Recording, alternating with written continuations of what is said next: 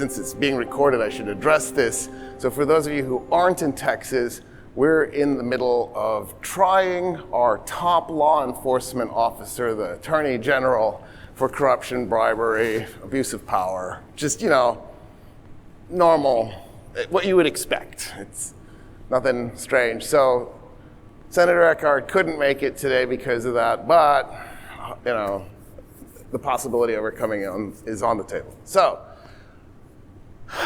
the talk I want to do tonight is, why did somebody think this was a good destination, part 1.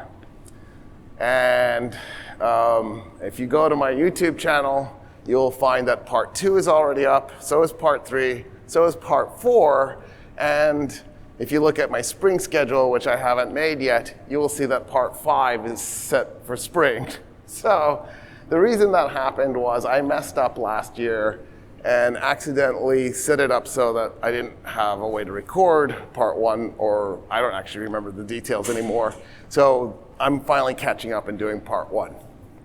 Again, but this time it's being recorded, so it should be better. Since I've done it before, it also should just be better quality, especially because I've had a bunch of time to think about all the things I did wrong in the first round that I can, sort out.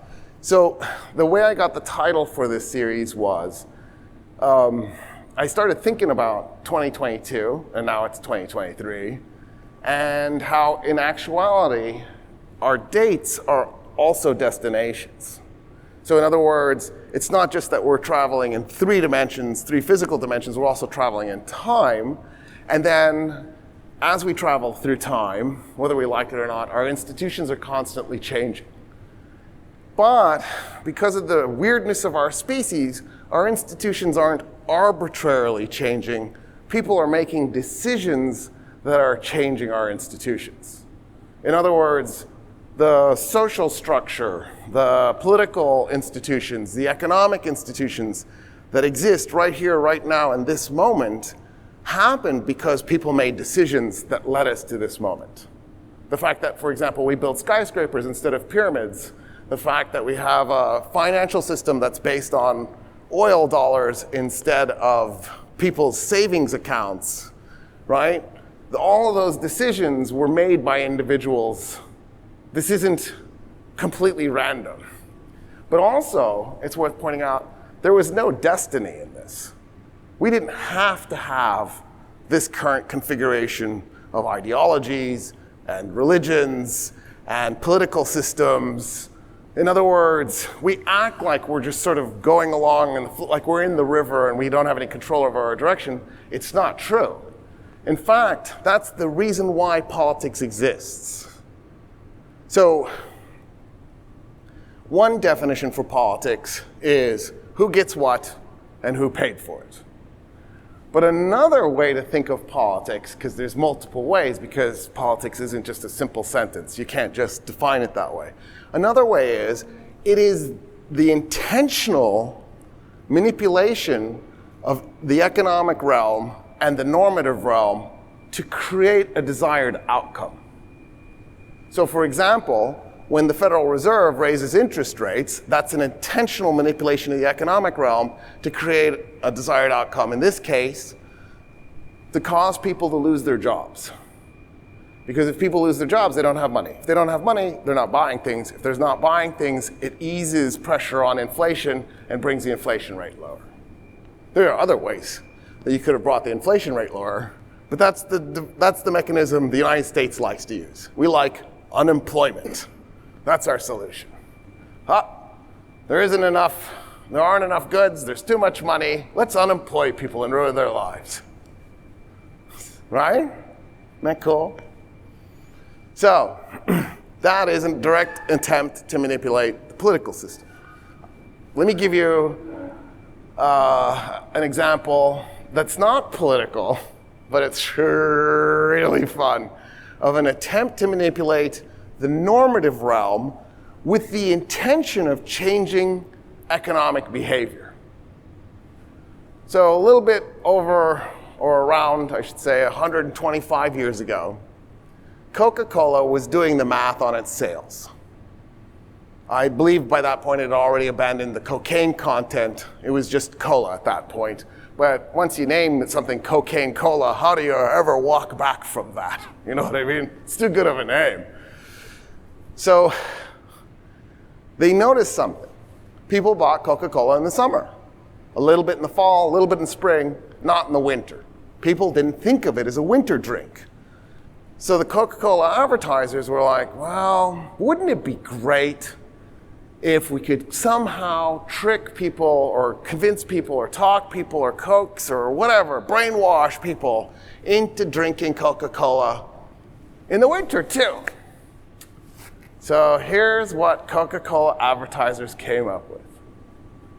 They thought, what if we somehow worked Coca-Cola into Christmas? Now, I know what you're thinking, Christmas is such a big deal. Not back then. Back then, Easter was the big deal. Christmas was important. People would go do Mass to commemorate Christ's birth, but everybody's born.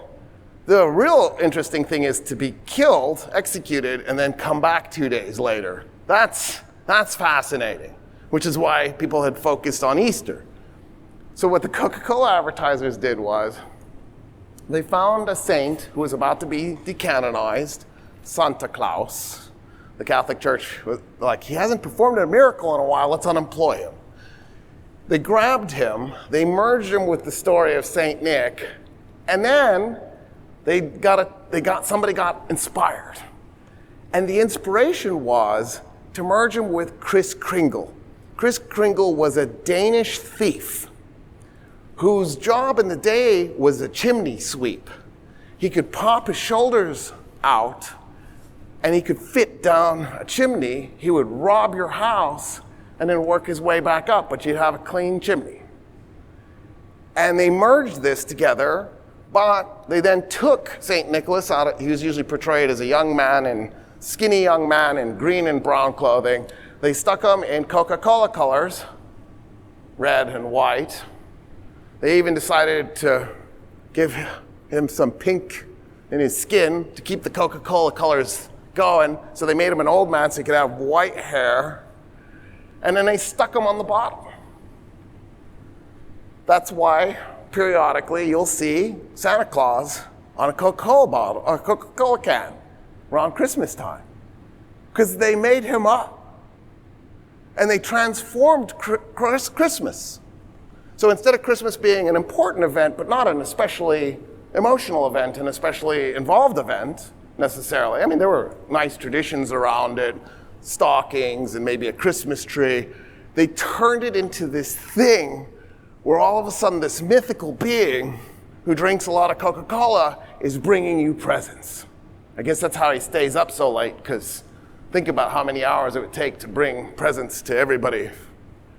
And in the process now, the average Christian in the United States at least thinks Christmas is the important Christian holiday. And it's forced other religions to think about what holiday they could promote during that time period, like Hanukkah. Hanukkah was never especially important. I mean, it's important, but not like, you wouldn't evolve like a whole bunch of time and energy and effort around it. But then, right, if you're Jewish and you're like looking at your kids going, we wish we had a Christmas tree, you need something to compete with this. And the next thing you know, there's a Kwanzaa because of Coca-Cola advertisers trying to get you to drink more Coca-Cola. They've changed our religion. They've changed our culture. They've changed us economically. So you can imagine what happens when you have a government deliberately thinking about these things. That's what politics is. It is the steering mechanism for society. Well, there's a catch, though. There's a really strange catch, and I'll get to it, but not right away. Before I get to it, I need to talk about our founding, because it turns out our founding created the mindset that we're driven by today. So it's impossible to not talk about where we are right here, right now, without talking about those moments. Our founding is inexorably tied to Queen Elizabeth I. She's our founder. I know you want it to be George. It's not George the first, second, or third, but Washington, the other the other. He would have been the fourth if he had become king. Wouldn't that have been cool?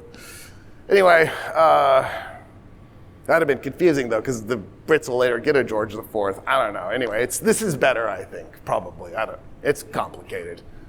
I'm ready for monarchy. So here's what Elizabeth I wanted to do. So first of all, she's one of two monarchs that were kind of close to each other in time that transformed Europe and set Europe on a different course. The other one was Isabella of Castile and Leon. So in a really weird twist, basically the two first women to rule after Christianity becomes the dominant religion in Europe are the people who will completely transform Europe. They'll end up being the great visionaries that move Europe in a new direction. Women. Isn't that wild? Isn't that crazy? They both had similar visions. Isabella created Spain out of nothing, right? There was Castile and Leon, Aragon, there was Navarre, Granada, and she puts them together through violence, marriage, whatever it took, and she creates Spain. And she even tells that to Ferdinand. You should never say Ferdinand and Isabella, it's Isabella and Ferdinand. She tells that to Ferdinand. As soon as one of us dies, our firstborn child becomes the first monarch to rule Spain. So I'll still be Queen of Castile and Leon, and you'll still be King of Aragon. When one of us dies, the other one is automatically retired. She died first. He immediately made a power grab and tried to arrest his daughter Joanna. Long story short, Joanna eventually wins and becomes the first monarch of Spain. But when you think about it then, Spain's like a 500-year-old thing. But Isabella went, there will be a Spain. And of course, part of that was the dream of making an empire out of Spain, which of course she completely does, basically the same year she creates Spain. She invades the kingdom of Granada in January of 1492. A few months later, Columbus is crossing the Atlantic. That event will completely transform the world for so many obvious reasons, like it's not even worth talking about it, almost. But one of the things that it does is it allows Europe suddenly to go from a poor backwater part of the world where there wasn't much going on in terms of technology and development, intellectual or otherwise, to suddenly having all this wealth from plundering everything from Argentina to Alaska. Those Spaniards were bringing that wealth back to Europe because not only did they own Spain, but by the time you get to Philip II, Philip I was Philip the Beautiful. That guy must have been handsome, I guess. Philip II, he's not just the king of Spain, he's also the king of Portugal. He's also the king of the Germans, the king of the Italians. He owns the Netherlands, Belgium, Luxembourg. Like he owned huge tracts of Europe and North and South America and colonies in Africa and Asia, right? And all that is coming back to Europe, and all of a sudden, Europe has money in a way that it hadn't had in centuries, since the Roman Empire started to unravel. Elizabeth is a few decades after Isabella. She starts dreaming big. Now, for the most part, I have no use for dreamers because most dreamers never achieve anything. They just spend their days with their head in the cloud. But that's the genius of Isabella and Elizabeth. They're dreamers who not only pursue their dreams, they succeed in achieving their dreams, which is shocking and amazing. For Elizabeth, though, her dream is weird. Isabella is seeing the direct results of her successes, right? She can see it happening in front of her. She's made a Spain. She's conquered parts of North and South America, right? She can see the evidence of what's happening. Elizabeth, her goal is that England will become a global superpower in 100 or so years, 150 years. She thinks she's laying the foundation for something that'll happen long after she's dead, which is something I think most of us are completely unaccustomed to. Politicians who aren't thinking about the short term, who are thinking so long term, they'll be dead for a century and a half before their dream comes to fulfillment. That's crazy. Right, in the United States, you'd be lucky if a politician thought 2 years out. Lucky, because they probably on average think 1 year out, because on average at any given point, they're 1 year away from an election, since the election cycle is 2 years. I mean, even if you're a senator and you have a 6-year term, it's still 2 years, because the entire House gets elected every 2 years, and you have to care about what happens in the House. So we're on this 2-year cycle. And what that does is that encourages politicians to be short-sighted. Because if they can get tangible results now that you will notice when you're going to the voting booth, or long-term results you won't notice when you're going to the voting booth, the guy that got the tangible short-term benefits will get your vote. Because you know, if there's an event that's going to happen in 20 years from now, you don't know about it. You don't care. Odds are you don't know about the thing that happened immediately either. Because we all know Americans are awful at paying attention to the world around them that's now literally on fire. Oops. It's okay. It's just Hawaii and Canada burning to the ground. Well, and California, New Mexico, and everything else. Texas now. But don't worry about it. Keep not doing anything about it. It'll be fine. So, Elizabeth has a problem. The problem is that her dream is outrageous. England was the Arkansas of Europe. It was the backwater armpit that nobody would intentionally go to. For the record, Arkansas is actually really pretty. But you know what I mean.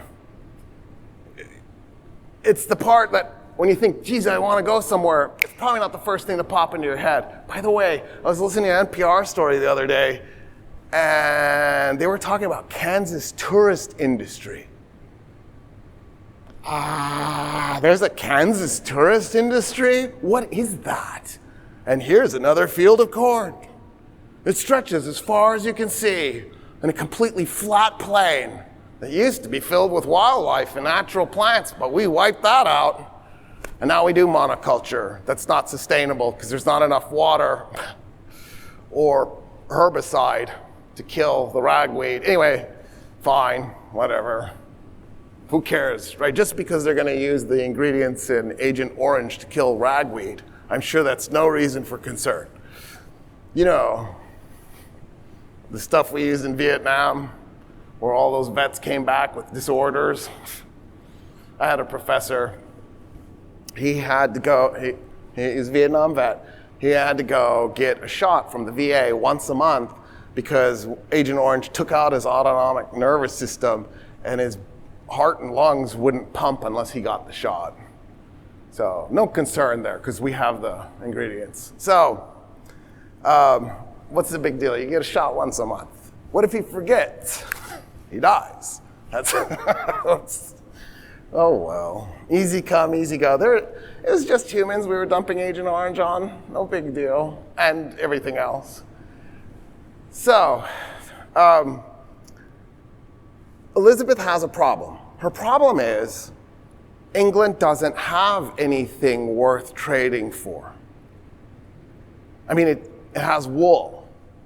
But the problem with wool, I mean, I'm wearing wool right now because it's fashion. It's my way of showing that I've made the grade or something. So I spent a silly amount of money on stupid wool clothing in a place that's 103 degrees.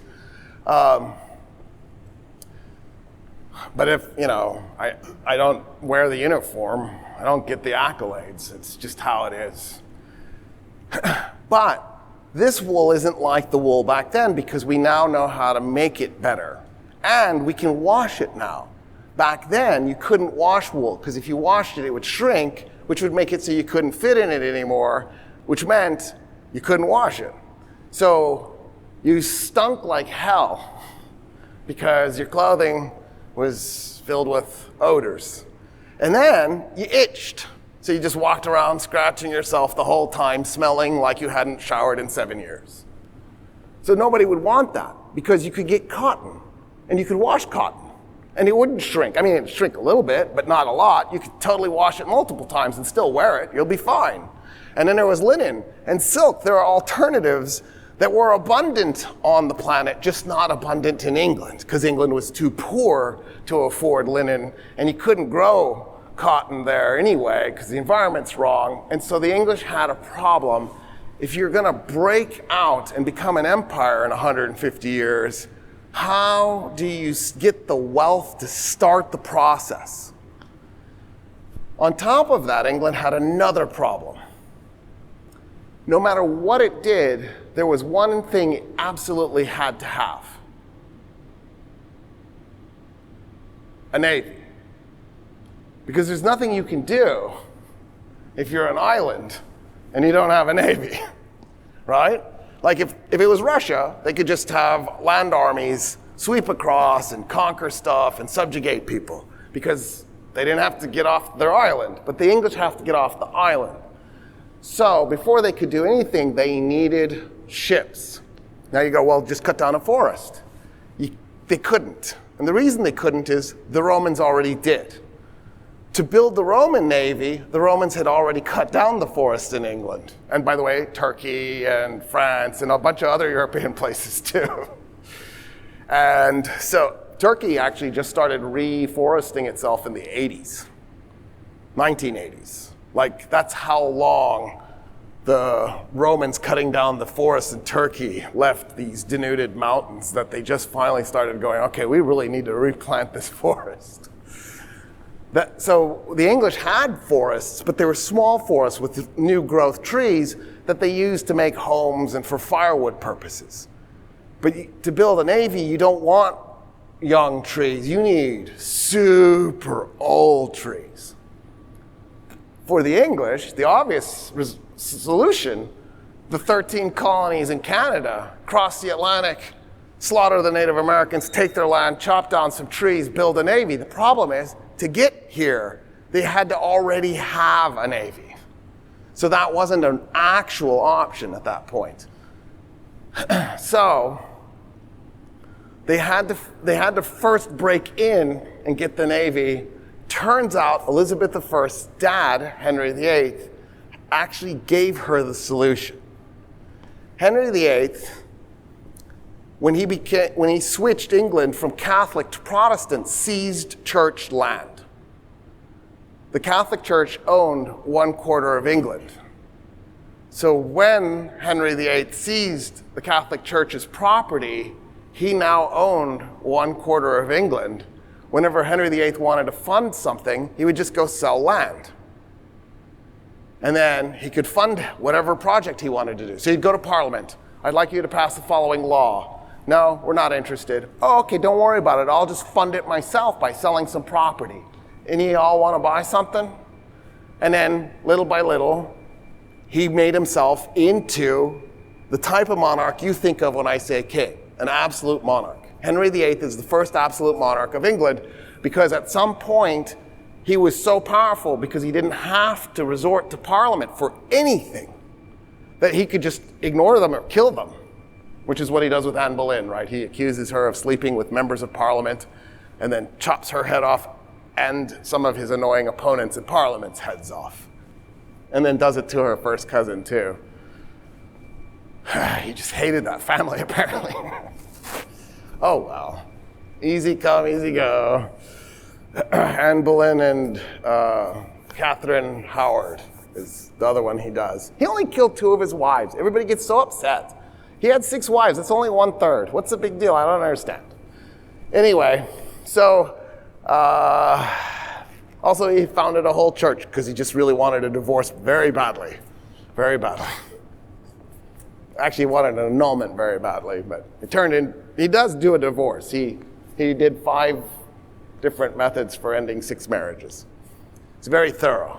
You know what I mean? Like, he's like, I want to try everything, including die before my wife dies. That was the last one he did. So he just brought it home, got that 5th one in. Very clever. Elizabeth doesn't have quite the amount of land her dad did after he murdered her mom, and her crazy sister ruled for 5 miserable, bloody years, hence the nickname Bloody Mary. Anyway, she doesn't quite have as much land available as in the past, in part because her dad was an idiot, and he wanted to build a palace, and that was super expensive, so he had to sell a lot of land. The more land you sell, the faster you sell it, the faster the price drops on the land, the less money you get per acre.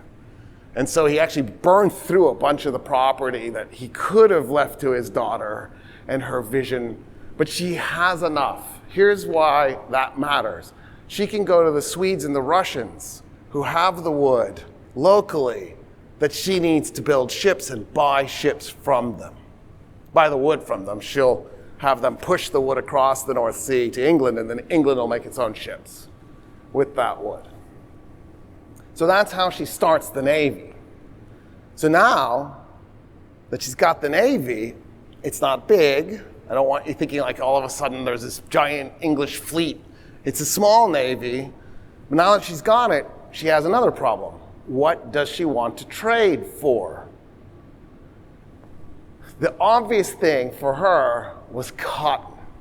And the reason is because since England already had a wool industry, she thinks it'll be relatively easy to switch from wool to cotton. They're not the same, they're made differently, but it's similar enough, she thinks, the talent is already there with the experience that the transition from wool to cotton won't be too painful. So, the Spanish will provide the means. One of the reasons why Europeans were dressing in wool was because up until 1492, cotton was owned by Muslim states. The big cotton producers were Egypt and India. Well, India was ruled by Mughals, Muslims, and Egypt was ruled by Muslims, the Mamluk. And the Europeans, the Christians, didn't want to trade with Muslims. The Muslims were happy to trade, whatever. So like when the most serene Republic of Venice would go ahead and trade with Muslims anyway, they loved to go to Alexandria, Egypt and trade with the Egyptian rulers. And the Muslims were like, yeah, let's trade, why not? Trade's good for the world. But the Christians were against it because they hated Muslims so much. So they were like, no, we're not gonna trade with them. Well, that meant you're gonna wear wool. Because India and Egypt, that was it. Well, until Cortez conquers Mexico. Because it turns out the Aztecs had cotton.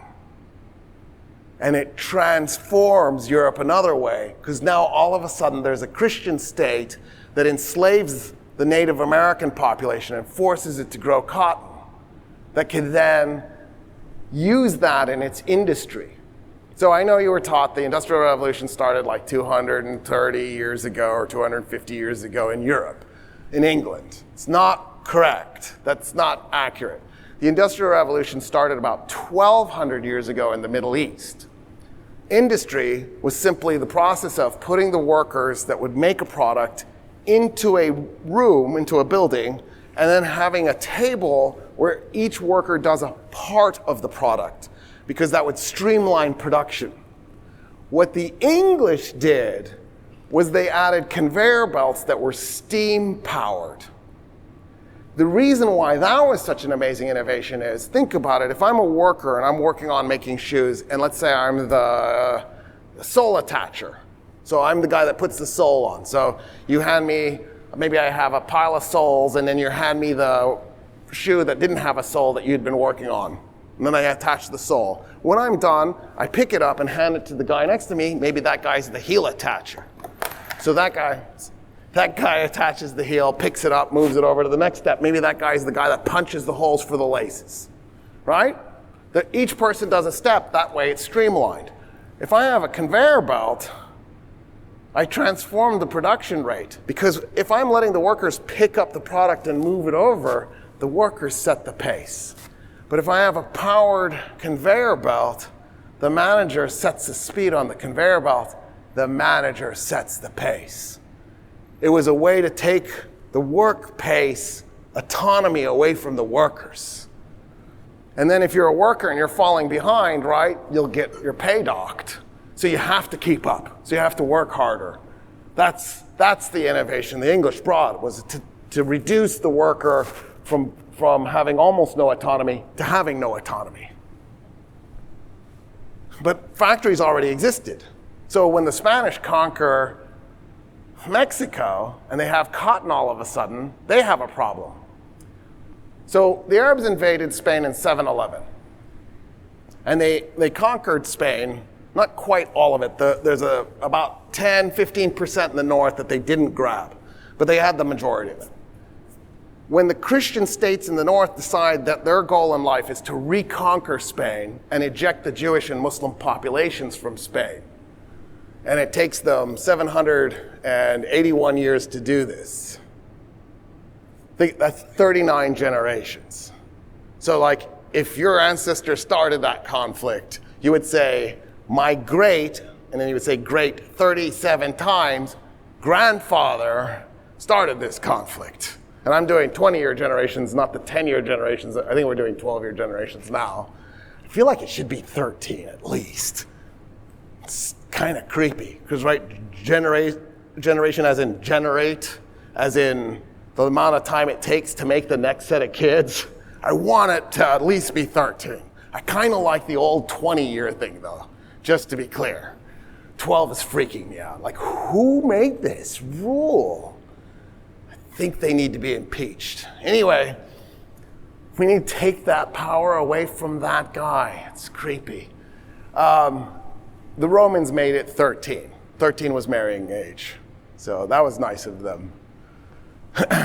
That's the civilization we look to for inspiration. So, the Spanish own Italy and Germany. They don't have any industry.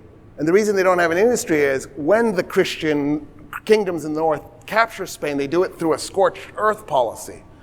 And it's the reason it takes them almost 8 centuries to do it. The reason it takes almost 800 years is because the Muslim ruled Spain, had the bigger population, had better tech, had wealth. The Christian ruled Spain was backwards. So they had to compensate for the fact that they were technologically behind, they didn't have the wealth, and they didn't have the numbers. They did it through fanaticism and a scorched earth policy. Their reasoning was, if we capture a factory and we set it on fire, it'll disincentivize the Muslims from counterattacking and taking it back. They might still do it and then rebuild the factory, but then we'll just attack it and set it on fire again. At some point, they'll be like, you know what, keep it. And that's exactly what happened over the course of that 781 years. Little by little, the North just piece by piece by piece. So that means by 1492, the year that the Kingdom of Granada goes down, the last Muslim-ruled state in Spain, means by that point there's no Spanish industry, but because they own Italy and Germany, they can take the cotton, they can send it to Italy and Germany, and they can make it into clothing, send it back to Spain, and then Spain will distribute it back to Italy or Germany or to England or Mexico, wherever. And that's how the Spanish Empire will operate. So that's where Elizabeth comes in. Elizabeth goes, what if we could get that Mexican cotton, that slave-produced Mexican cotton, bring that back to England, put it into our wool textile industry, switch it over to cotton production, we could probably make cheaper pants and cheaper shirts than the Spanish are. The Spanish shirts will look better because they're made in Italy, but ours will be cheaper. And that's her strategy. She creates privateers. The privateers illegally trade with the Spanish colonists because it's forbidden. Spain does not allow this. And they slowly start bringing back cotton, and it's not enough. So they start doing piracy. You have guys like Sir Francis Drake in the open sea slaughtering Spaniards, and he thinks he's doing God's will. Like, he's not just killing Spaniards because he's trying to steal their stuff because he's a pirate. He actually thinks every time he kills a Spaniard, he makes Jesus happy because he hates Catholics so much. And then somebody gets a crazy idea. It's Raleigh, Sir Walter Raleigh, the Queen's lover. I know she's the virgin queen, but she wasn't actually a virgin. It's okay, let it go. Stop with this little virginity cult thing anyway. It's so weird. I don't get it. But anyway, so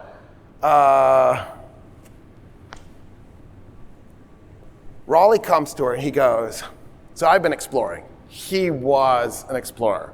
Raleigh loved to just cruise the ocean and look for stuff. He's the first European to discover that the Orinoco River is a bidirectional river. If you ever meet somebody from Venezuela, run up to them and go, the Orinoco is bidirectional. They get so happy. So what he did was he went up the Orinoco. He went into Venezuela, went up the Orinoco, and he hit a Y. There was a Y in the river, and he's like, what the hell? That's cool. I'm going to go down the other way. And he went down the other way, and it connects to the Amazon, and he popped out in the Atlantic. It was like, it's not an island, obviously, but it's kind of like one, because you can just go in a loop. And he was like, oh, this is so cool. And he brought back tobacco to England, and he's walking around with a pipe, smoking it. He's that guy. On one of his expeditions, he was off the coast of Cape Hatteras. For those of you who went to American public schools, North Carolina. He's off the coast of North Carolina, and he notices something really interesting, that what looks like the coast when you're in the Atlantic and you're looking west is not really the coast. It's an island shaped like a V. And behind it are two bodies of water, Pamlico Sound and Albemarle Sound. And in the middle of those two bodies of water, between the mainland and the barrier island that's V-shaped, is a little island called Roanoke. And he tells the Queen, he says, look, when you're in the Atlantic passing by Cape Hatteras, and you look west, you can't see Roanoke. In fact, you don't have any clue whatsoever that there are two bodies of water back there. It just, when you pass by the mouths that let you sail into those two bodies of water, it just looks like the mouth of a river. So anybody passing by wouldn't know that there's an island back there. I say we set up a secret base on the island so we can make our illegal trades with the Spanish colonists more efficient. And she goes, it's genius, let's do it. So in 1587, that's what they do. They send the Roanoke colony. The next year, the English pull off a miracle and sink the Spanish Armada. It's just gone. 95% of the Spanish Armada goes to the bottom of the ocean. Should not have been doable. The English were outnumbered. The Spanish ships were better. The Spanish Marines were better. The Spanish had every advantage, and the English prevailed. There is a lesson in that. Stop being arrogant is the lesson. In World War II, the side with the better tanks lost. Not every time. That didn't count in the Pacific. Our tanks were garbage. The Sherman, terrible tank, but it was better than anything the Japanese had. So in the Pacific, it didn't count. But in Europe, the side with the better tanks was going to lose. You're like, no, better tech always wins. No, that's not how it works. Anyway, long story short, they forget about Roanoke because they're so excited about sinking the Spanish Armada, they don't go back there until the colony is already abandoned.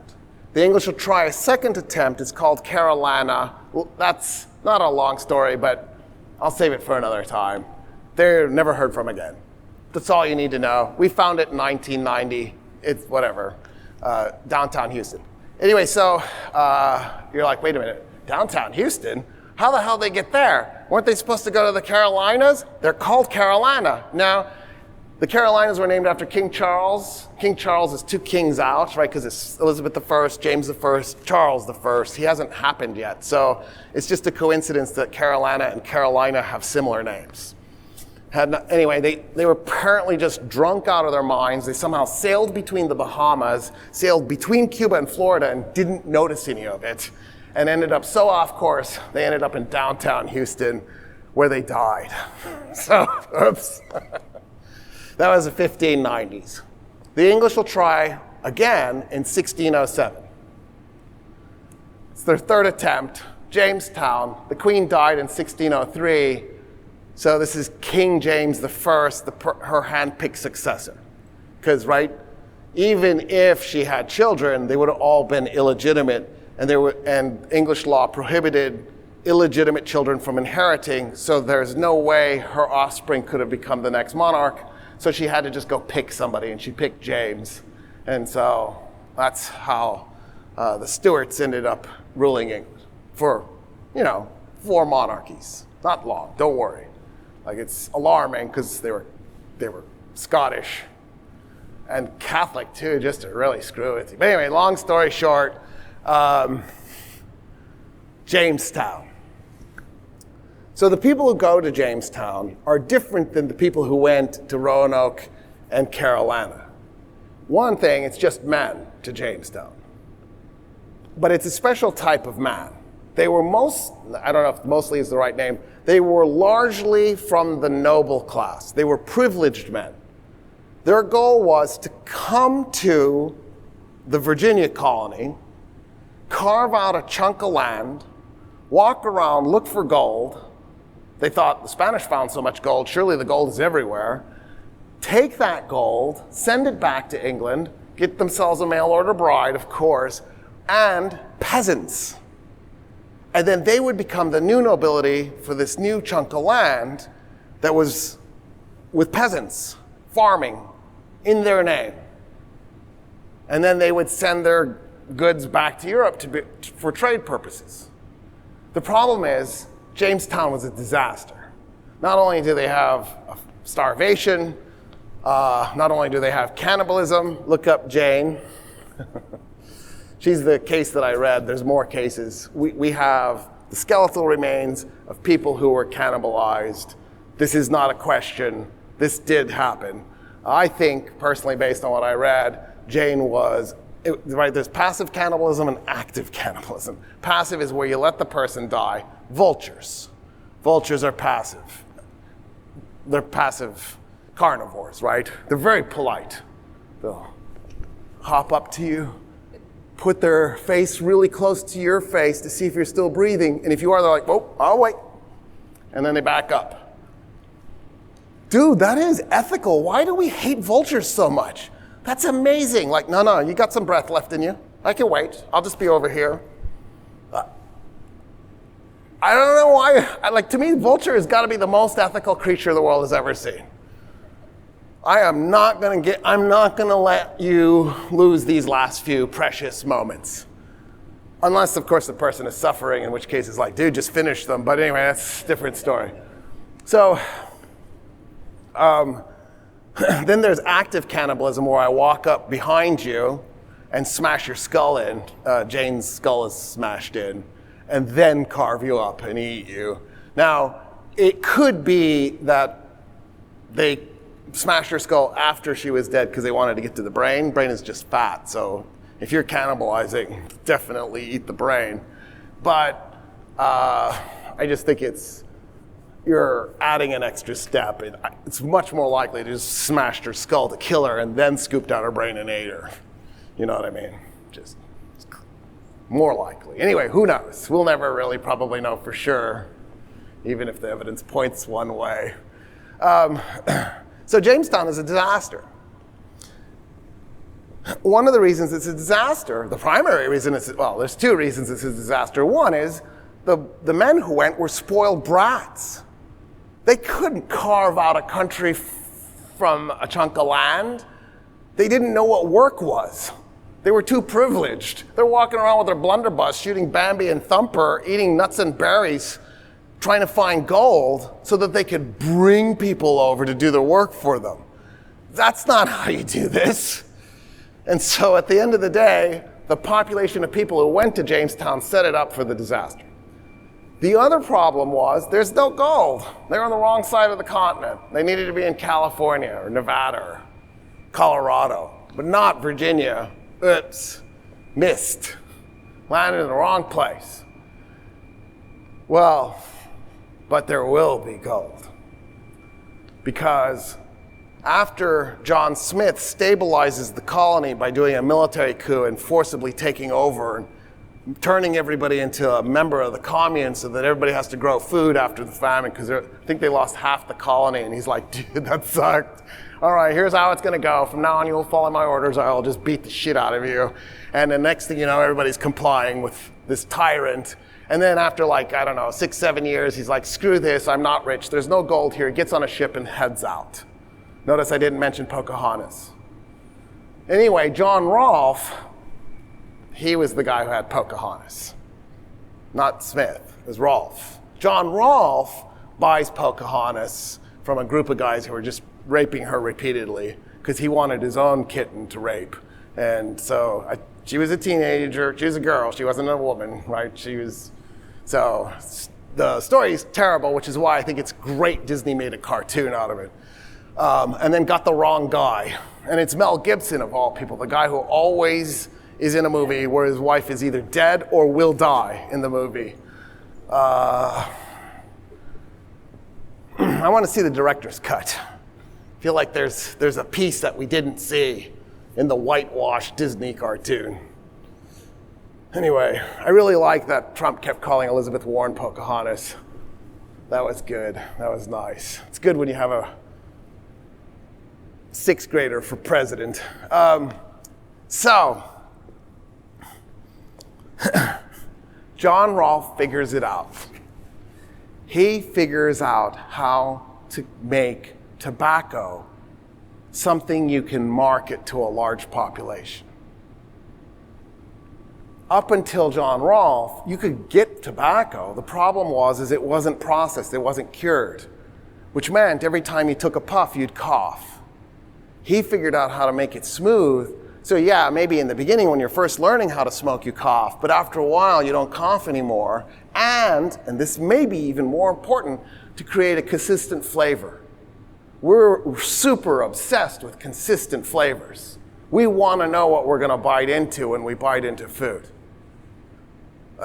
Here, think about this. Budweiser. Whether you love it or hate it, doesn't matter, I don't care. Whether you drink alcohol or not, I don't care. That's not why I'm bringing up Budweiser. Budweiser, you could buy a can from any grocery store on the planet, of Budweiser, and it'll taste exactly identical to all the other cans on the planet throughout time. So if you bought a can 40 years ago and drank that Budweiser, and then now you're drinking one now, it will taste the same. How? That's incredible. That is an industrial feat. How do you take something from nature and make it so you have a permanent, consistent, predictable taste? That's remarkable. Their brewing process is insane. That's how important it is we have a consistent, predictable taste. And of course, when you cure tobacco, what they would do is they would make, it looks like a barn, but it's skinny. It doesn't go deep. It's wide, but it doesn't go deep.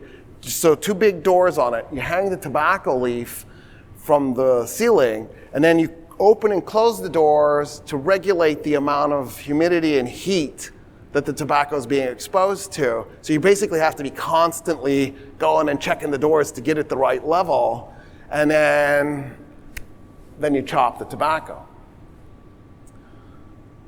The English now have to ask themselves a question. Here's the question. Do we market tobacco intentionally to our own public? This is the 1610s. They're asking this question. Now you go, yeah, but they didn't know how bad it was. They did. Because by the 1590s, even though it wasn't a widespread marketed good, doctors had already been writing treatises saying, if you smoke tobacco, it will make you sick frequently and it will shorten your life expectancy. By the 1590s. So in the 1990s, when our amazing, glorious, uncorruptible Congress invite the 7 CEOs of the 7 major tobacco companies to testify in front of Congress, they ask them point blank, does tobacco cause cancer? And the 7 CEOs of the 7 tobacco companies go, absolutely no evidence that it does. And then they said, is nicotine addictive? And they said, no more habit forming than jogging and M&Ms. Isn't that fascinating? We had known for 500 years that both of the answers were yes. So when the English in the 1610s are thinking, what do we do now? We have this deadly narcotic that's really addictive that we could market to our own people. It would generate money. The money would flow across the Atlantic to Virginia, and then Virginia wouldn't be a giant money pit where we're losing cash every day. Or we can just let the colony fail. They launched an ad campaign to intentionally addict their own population to a deadly narcotic that they knew was a deadly narcotic, and became the world's first ever drug dealer empire. Later, they'll upgrade to opium when they're like, wow, we found something better. Better than tobacco? Yes, opium. They will, of course, then invade Afghanistan 3 times when they're the most powerful empire on earth, and be defeated 3 times as the most powerful empire on earth in Afghanistan. Then the Soviet Union will go get defeated in Afghanistan. Then we invade, dragging the Brits with us for a 4th invasion on their part, where they will lose a 4th time. And before we invaded, its nickname was already the Graveyard of Empires. So that was dumb. Geez, where should we invade next? How about the Graveyard of Empires? I bet the tourism there is fantastic. That's its nickname. Oh, if only people in the United States read. Wouldn't that be something? Like books, not tweets. I'm just throwing that out there as a possible thing to do from time to time. Anyway, so the reason all of this matters is the following. Think about the prospect of what we're talking about here. Because we don't. We've whitewashed this story. We haven't actually thought it through. We have at some level. So when I say it, you're going to be like, yeah, I already know. But at some level, we're in denial about this, and we've applied cognitive dissonance to it. So I'm English. I'm poor, rich, middle, who cares? It doesn't matter. I get on a ship. I come to Virginia. If I'm free, they will deed me 40 acres of land. 40 acres of land they don't own. There's a Native American family that owns it. I now have the deed to 40 acres of land that somebody else is using, that is farming. Because, right, we have this double think 1984 thing in our head. The Native Americans didn't know how to farm, Europeans did. The Pilgrims arrive, they don't know how to farm. So Squanto finds them starving to death. He goes up to them and he's like, dude, what's happening? Why aren't you growing food? And they're like, we don't know how. So Squanto shows them how to do agriculture. And you may have been in a play about this. And he's like planting fish in the ground to fix the nitrogen into the soil. And at the same time, you hold these 2 contradictory beliefs. First, that the Native Americans couldn't farm because they're too dumb. And then second, that the Native Americans taught the Pilgrims how to farm. And it doesn't occur to you that they can't both be true.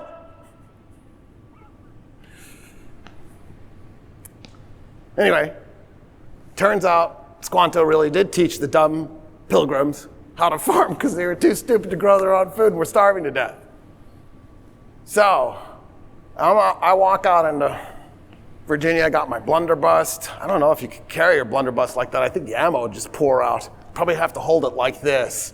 Anyway, I got my blunderbuss. I'm walking out, and I see the family of Native Americans farming that land that's mine. And I take a shot at them. They hear the bang. They run. They fight. Doesn't matter. The land will be mine. I will take it from them. There's a crop already in the field, which is great, because then come harvest time, I'm already set. And then I just continue to farm the land. Isn't that amazing? All I need to do is get across the Atlantic. The rest is free, well, except for the ammo.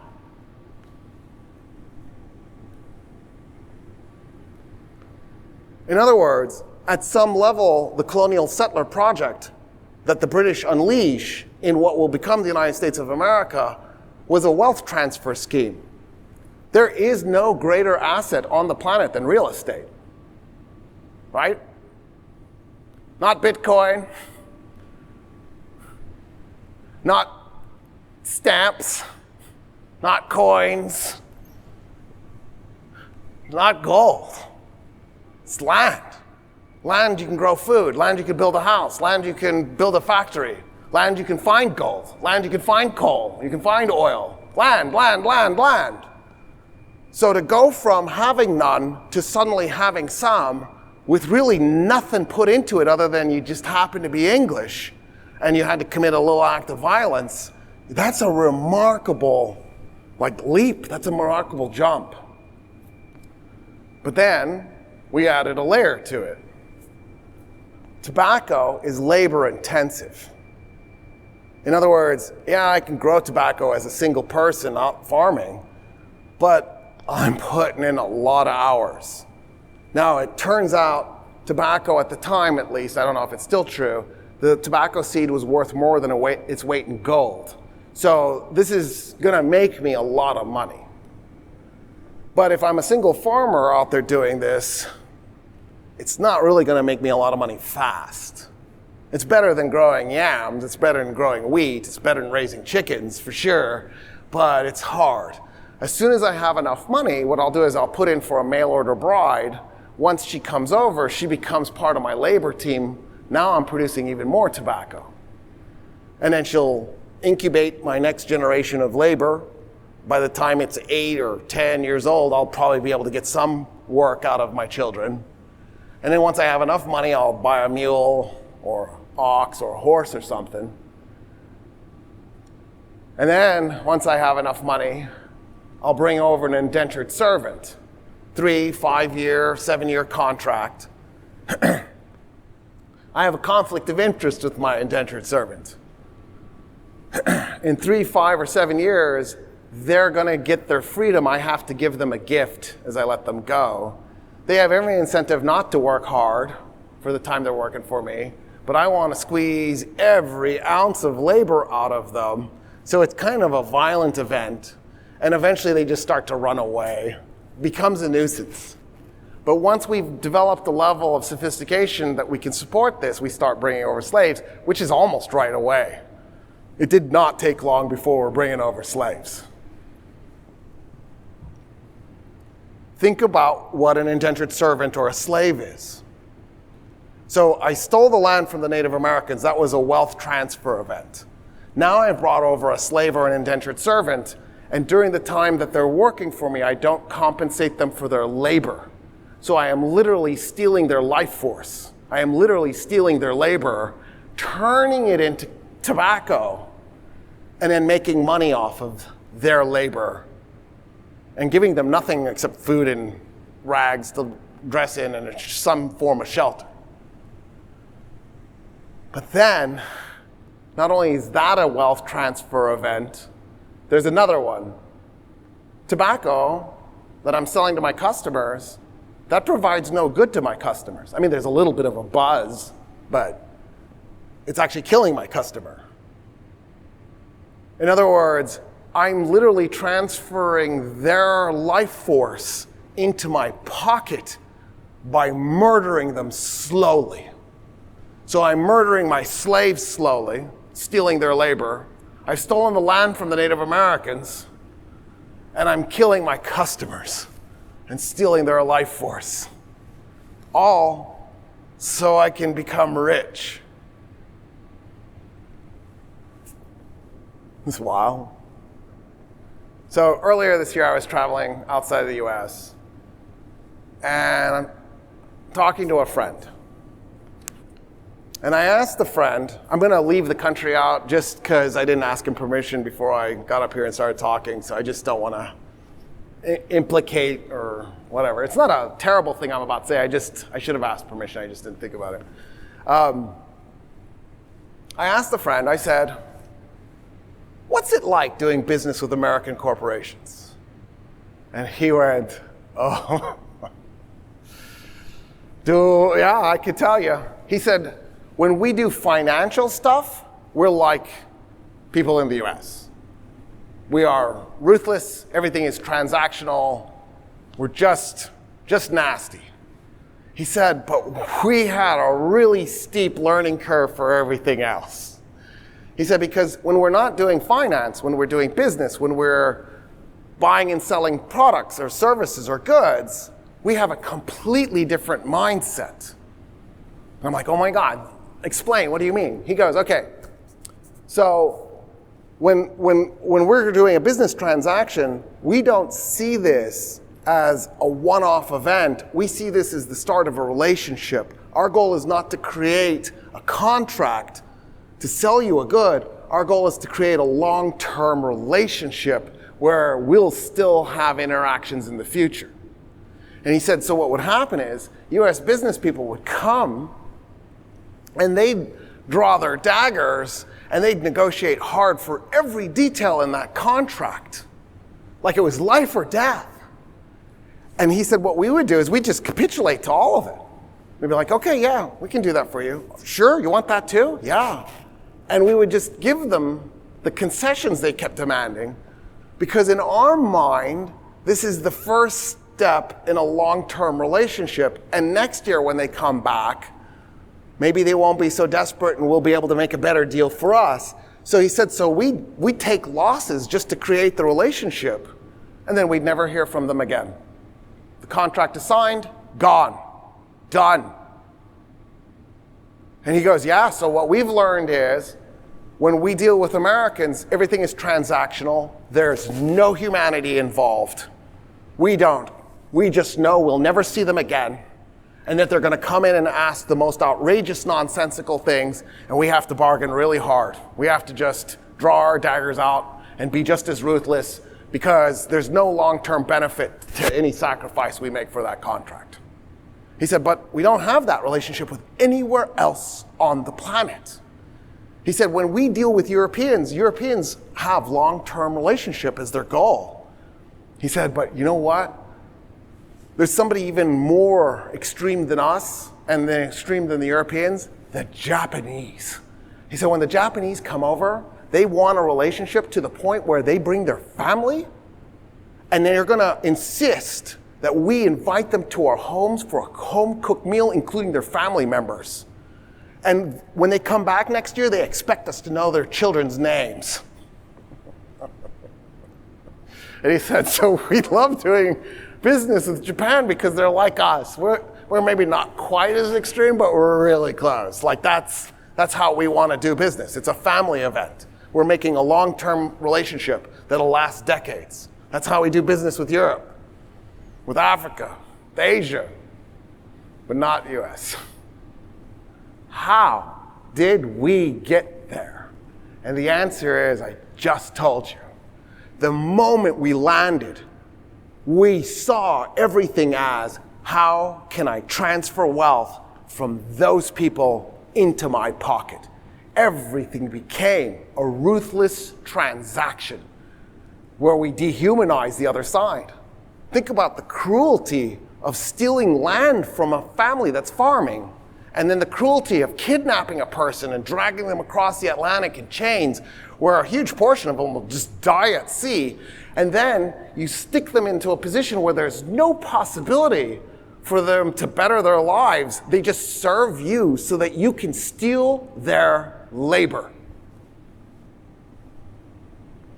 To make things even weirder, the crops we wanted to grow, tobacco and cotton, are also land intensive, not just labor intensive. They wreck the soil and they wreck it really fast.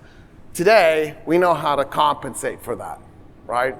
For example, an African American figured out if you throw peanuts into the farm, the peanuts will help fix the nitrogen cycle. And then he went, you know what? I need to figure out some uses for peanuts, and he invented peanut butter. And the next thing you know, Americans are eating peanuts and peanut butter, and we can now go cotton, peanuts, or tobacco, peanuts, and fix the soil in the process. That was an old solution. Now we just produce greenhouse gases and make fertilizers inside a factory that are completely toxic to the soil long term and wreck the water system. But we can just infinitely grow as much as we want, even though long term y'all are screwed. But we get to live it up like it's 1999 and not worry about the future. So, if the land, they didn't have the technology to protect the land, it meant we had to go west. the necessity of going west was an economic imperative if we're going to maintain the system. This idea that we needed to go to the Pacific was built into the moment we started growing tobacco and cotton, because we were wrecking the soil. And so that's what we did. We just kept going west. We'll trigger wars, right? George Washington all but starts the 7 Years' War that lasted 9 years and is also called the French and Indian War, that kills 1 million people and is fought in every ocean on the planet and was global. Like, there's a land war in Europe. The reason he starts the war is because he wants Kentucky so he can grow tobacco, because his family was going bust. They were growing hemp, but they just didn't care to grow hemp. They wanted tobacco. Tobacco's where the money was at. And so they needed to go west. They wanted to get into Kentucky. To end the 7 Years' War, because see, the Brits didn't win it militarily in the beginning. They were in serious trouble. They were losing. Queen Elizabeth I's dream was on the verge of ending right then and there. The 13 colonies were going to get wiped out. So the Brits had to make a deal with the Native Americans called the Royal Proclamation of 1763. The Royal Proclamation of 1763 prohibited colonists from crossing the Appalachian Mountains and going west. Well, for those of you who went to American public schools, Kentucky is west. In other words, Washington starts a war to get Kentucky. The Brits don't really win, but they do win. They win it by making a deal with the Native Americans that will prohibit Washington and people like him from going to Kentucky.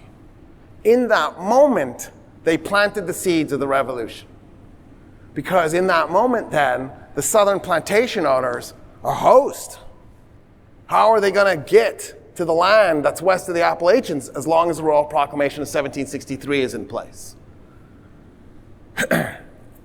So, they're angry. They start trying to come up with a way to get rid of this Royal Proclamation, and then the commoners provide them the source. Long story short, commoners are mad because the English Bill of Rights guarantees you representation in Parliament if you're taxed. So George III needs to collect taxes from the colonies, not because England was going to make a lot of money off those taxes. Those taxes were really light. Like, think it through. Do any of the taxes. The Navigation Act, the Stamp Act, the Townsend Act, the tea tax, anything. The tea tax is my favorite. Okay, so let's say we do, in today dollars, 5 cents per tea bag in tax? How much tea are you drinking? Like, if you're to drink 2 tea bags worth of tea a day, that's 10 cents a day, that's $36.50 a year. You're going to start a revolution because you're mad about a $36 tax? I pay $900 a month in property tax. I'm a renter, not a homeowner. I rent from the county. They own my land, clearly, because I'm paying them rent. Now, I'm happy to do it because that's how I fund our public schools. But still, so I'm actually just paying for my kids' education. It's cheaper than private school. I'm winning. But you have to live in a good neighborhood, right? Well, sorry, a good neighborhood. A rich neighborhood so that there's enough money to fund your local public school, because funding is by neighborhood, not by student. So that as long as the rich are clustered, they'll have good schools and everybody else will have garbage schools. Isn't that cool? And then we'll call them public schools, even though you kind of are paying tuition by paying the high property tax because you live in a more expensive house. So anyway, it's complicated. I saved money because I used to send them to private school, and I was like, dude, let's just move to an expensive house. We'll be paying less. It's the American way. So, the richer you are, you get the more benefits you get. The easier your life becomes. This is how it is. Once the commoners are upset because they don't have representation in Parliament, it's just a matter of time before the elites realize they have a way to break the Royal Proclamation. Now, think about this. You or your family members came over, you got land that wasn't yours, You got labor that wasn't yours, that you didn't really pay for. You're making money off of cotton, which is nice, or tobacco, which is evil. You're wrecking the soil, but you're still filthy rich. Even if you're growing hemp because you can't grow tobacco because you've wrecked the soil, you're living off of your inheritance. It's not like you're working hard. It's not like your life is hard and mean. So even the colonists who are upset about not having representation in Parliament, that's an ego thing at that point. Who cares? What were we going to get? Three representatives per colony? There were 17, not 13 at that moment. So what would that have been? 51 people added to a body of 600? Or were we going to get 2 representatives per colony? Like, it wasn't going to have a meaningful impact on the types of laws being generated in England. It wasn't going to affect your day-to-day life very much. In other words, we got really mad about something that symbolically was important to us, but in reality wasn't going to have a big impact on us. And then the elites used that anger to turn the revolution from a revolution to fight for our English rights into a revolution for independence, because the United States of America doesn't have to pay attention to the Royal Proclamation of 1763. We can cancel it, slaughter the Native Americans, take Kentucky, bring tobacco and slaves over, and begin the process again until we destroy Kentucky. And then I guess we have to move to Missouri and do it to Missouri. And then they didn't know how far west they could go because they didn't realize you probably aren't going to grow much tobacco in Kansas. But that was the dream, was to grow tobacco all the way to Alaska and California. Just keep going west, right through the Rocky Mountains. And then, of course, right, Lewis and Clark go west, and they come back and like, oh, there's a lot of soil that you're not going to grow tobacco on that way. But anyway, that doesn't stop us. In other words, what we've got now is a transactional society that now views other people as a means for generating wealth, which is, of course, the foundation of capitalism. Instead of seeing another person as a person who's a member of your community, you see the other person as an opportunity to make a profit. And that, of course, creates this transactional society that we've become a part of and that we're familiar with. So there's an irony of all of this. Adam Smith writes The Wealth of Nations. The Wealth of Nations is, right, the book that codifies the birth of capitalism. It's published in 1776. It's not a coincidence. Our birth and the birth of capitalism are inextricably tied together. The way we designed the Constitution reflects that. So by the time we're done with the Constitution, right, because it's our second Constitution, the Articles of Confederation was our first Constitution. By the time we get through the Constitution, it is clear that our objective, Madison says this, it is clear that our objective is to create a hierarchical society. It was our objective from the beginning. John Locke, the Scottish philosopher who wrote the second treatise on government, the guy who wrote the English Bill of Rights, he's the author of the Constitution of the Carolinas, when the Carolinas were being established by royal charter, named after Charles I. When he wrote that Constitution, he doesn't just add slavery into it, he made it so that it was all but impossible to ever abolish it. He built it in so that slavery would be a permanent feature of the Carolinas. And then, as if that wasn't enough, he set it up so you could actually have serfs as well. In fact, he went so far as to create a whole new category of noble classes, because the British decided they weren't going to let us use their titles. So we couldn't have earls and dukes and barons and marquis. I know you want it to be marquis. The English say marquis. Anyway, they also think that a truck is a girl named Lori. So it's just, if the English only knew English, you know what I mean? It would just be amazing. You know that, right? A lorry is a truck. Just call it a truck, dude. Anyway. Okay. Our Constitution builds this in because think about what we did. We made it so that we're going to create an electoral republic.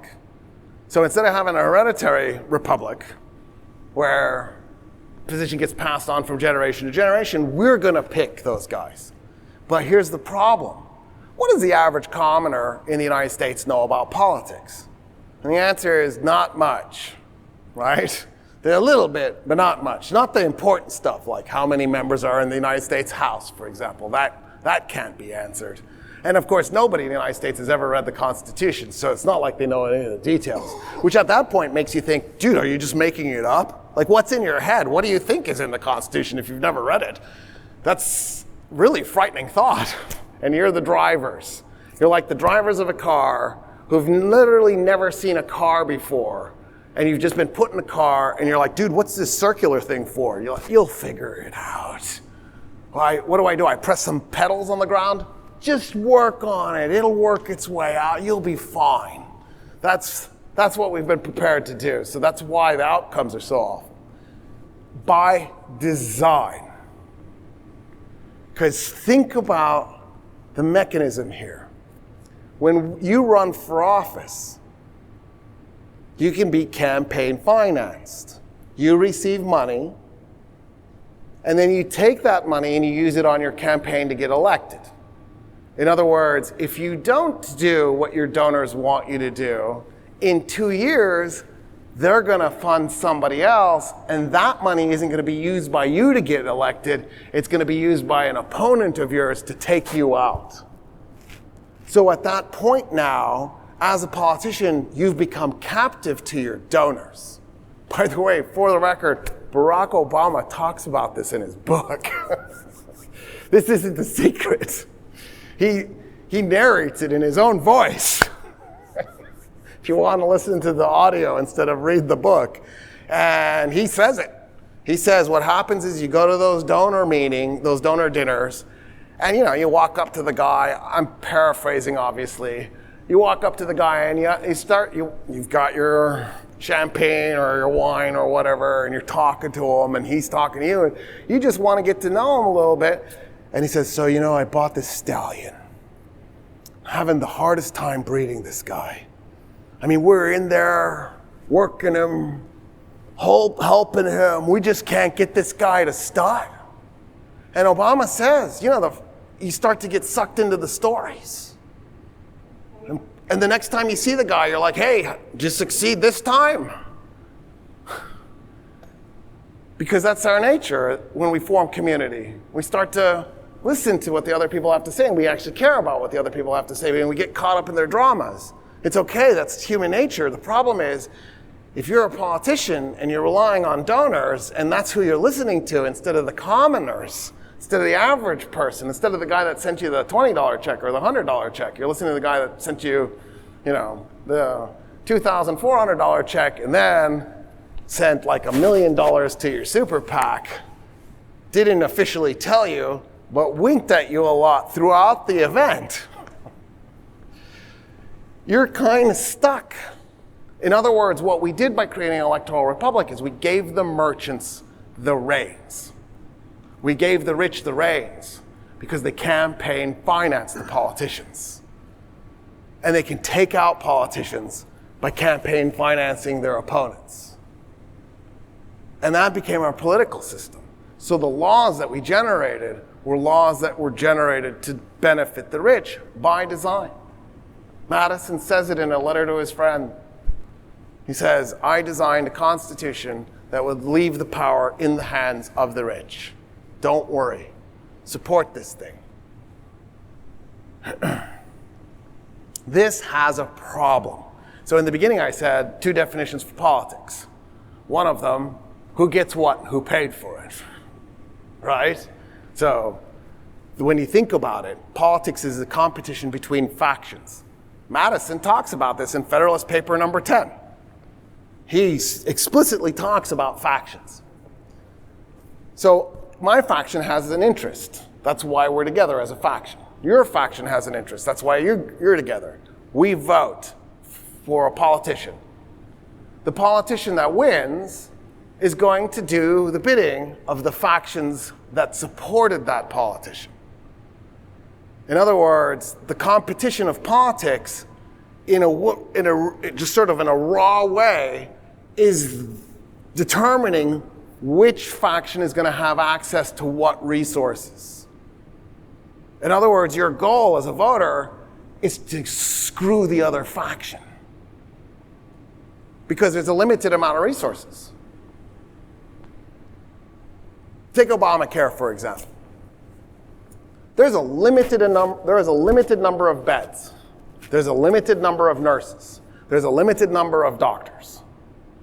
There's no way, the way our economy is set up, that we would have the capacity to take care of 333 million people.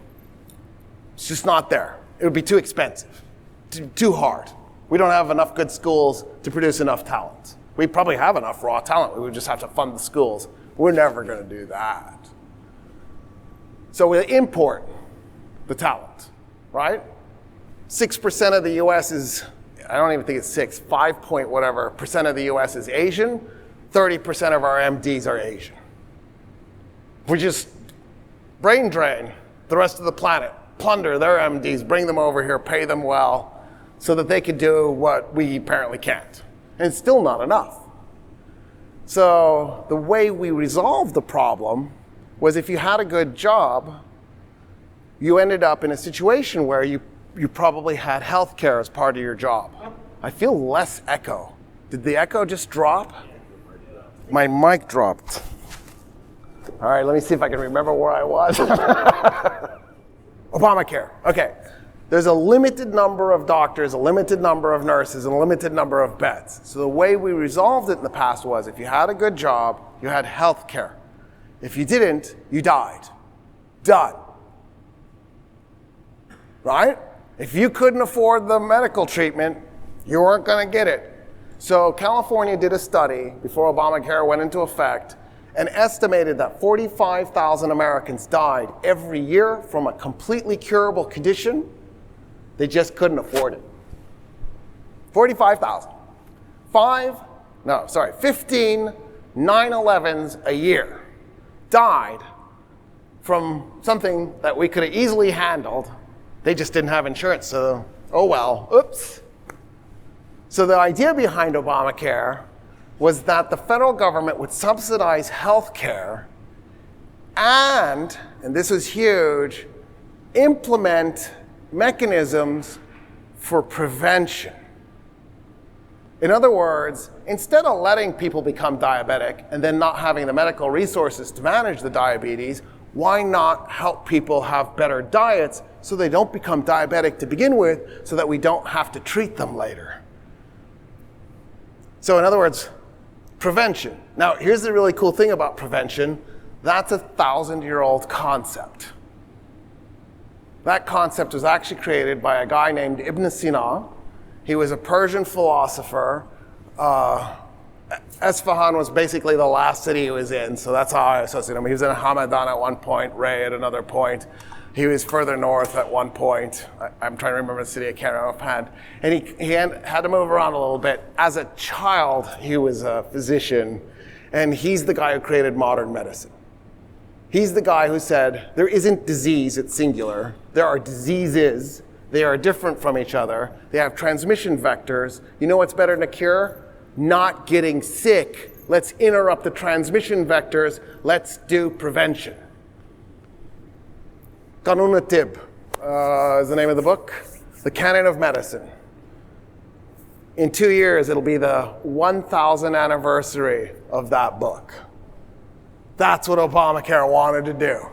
Let's just do some prevention so that there isn't so much stress on the system, so that we can, in fact, provide better medical care to even poor people, and we don't have to have a system where we filter out who lives based on your income, based on your zip code. Anyway, it hasn't worked perfectly. I'm trying to remember the numbers. I think it was 50 million people didn't have health care coverage. The Obama administration's goal was to get 35 million covered, which would be 70%. they got 21 million covered. So not, 40%. So it was a little disappointing. The more people you got covered, the cheaper the insurance would become because it would spread out the risk over a larger population. So it's one of the reasons why it didn't create the kind of benefits that they were hoping would happen because not enough people bought into the system. What's hilarious, of course, is we could have fixed it all with a snap of a finger and just done what Canada did and made a single payer system where there's one healthcare coverage system and everybody automatically is enrolled. It just comes out of your taxes. They pay 2/3 what we pay for medicine, and they have better recovery rates. So the quality of what they get is better, and then they pay less. I know, I get it. You just want to have a garbage system and pay more. I love that you want to stick to your guns. That's good on you. But I personally think that probably any other system would be better than that. Wait, I can pay less and I have a better chance of surviving. No. One of the reasons why is because of the nature of medicine. Think about it. In the United States, an MD is a salesperson. Because in the United States, they're on commission. If they get you to do a procedure, they get paid, right? That's a conflict of interest, because then my health isn't necessarily lining up with their intentional goal of becoming richer. So one of the things that's happened in the last few years, like last decade and a half, is there's been hospitals doing experiments. Germany did this, and I think there was a hospital in New Hampshire that did this. They switched their doctors from commission to salary. They just went, what's a fair salary? Here, that's what you're going to get every year. Regardless of the number of procedures you do, regardless of the number of tests you ask for, regardless of anything that happens, this is your salary. So, you're an orthopedic surgeon, you do 100 knee replacements or 10, you get the same salary. The number of procedures got cut in half the next year, and the recovery rate went up 25%. In other words, they were literally killing us. Well, they were literally killing their own people, because that's become our relationship with each other. It's transactional. It's not relationship building. It's how can I plunder your wealth? How do you make me richer? So, we move into the future, a long ways into the future. Slavery's gone. We've got Jim Crow, but then we do the civil rights thing. And here's what's crazy. In the aftermath of the civil rights movement, at this moment, when you would think that the United States had come to terms with some of its deep, dark, painful past, there's a backlash. And the backlash is first personified by Nixon. Think about how weird it is that Nixon gets elected in 1968. It should have been the opposite. Nixon should not have been electable in 1968. Not at that moment. Not with the boomers all dressed as hippies running around trying to do a revolution and civil rights. Next thing you know, there's a Nixon. Now, one of the reasons is he cheated. I know you're thinking, oh yeah, he cheated in 1972. No, he also cheated in 1968.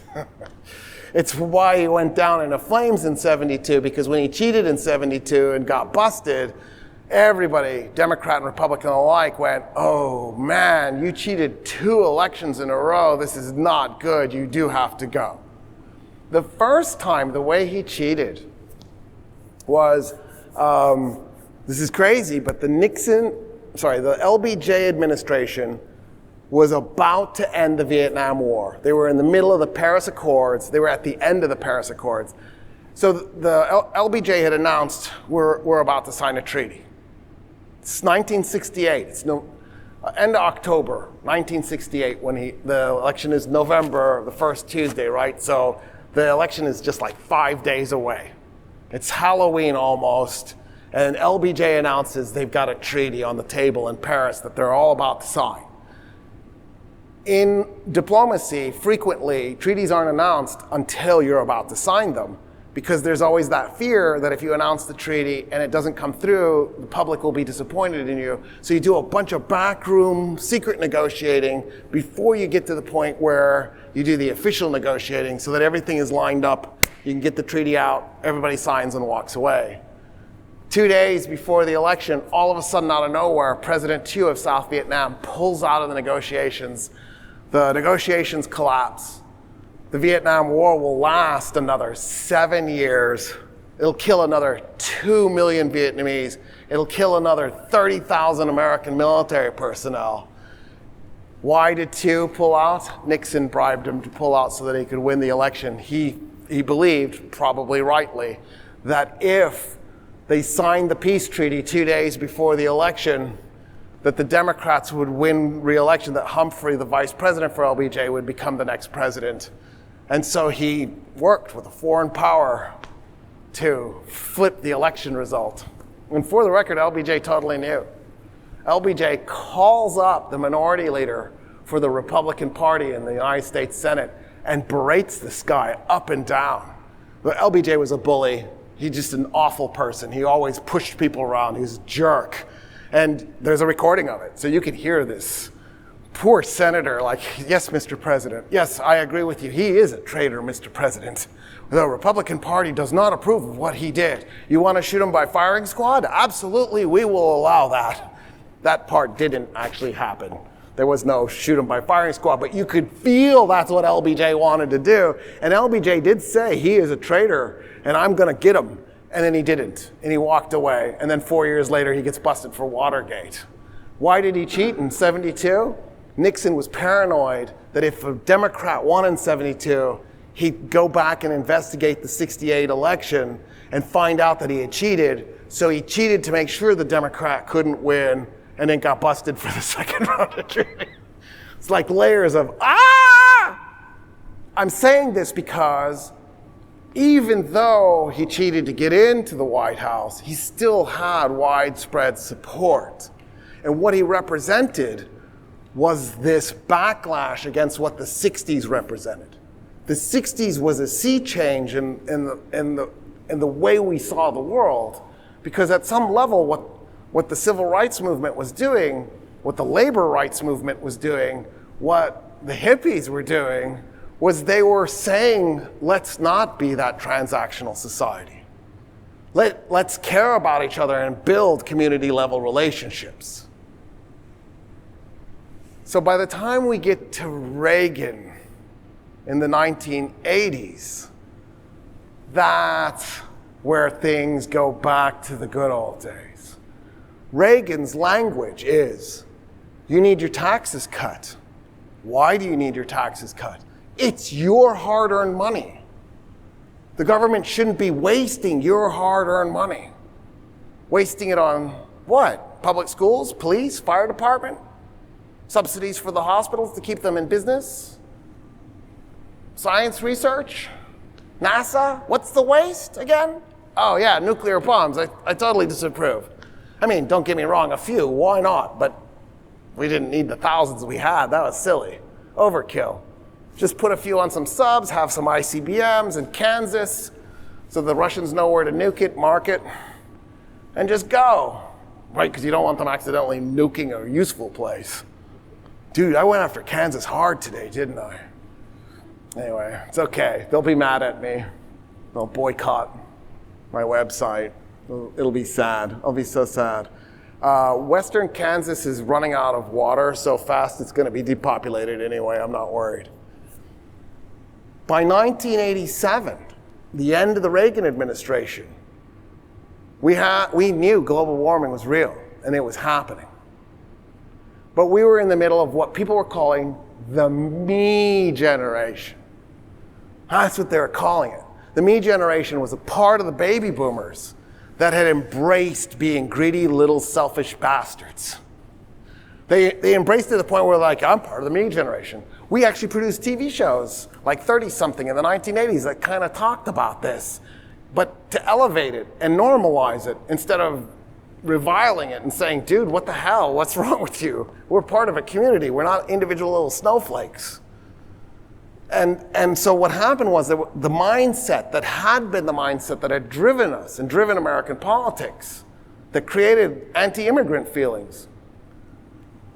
Before Reagan, if you were Mexican, you could just cross into the United States. There was free flow back and forth across the US-Mexico border. Not quite as free flow as the Canada-US border, but it was still pretty free.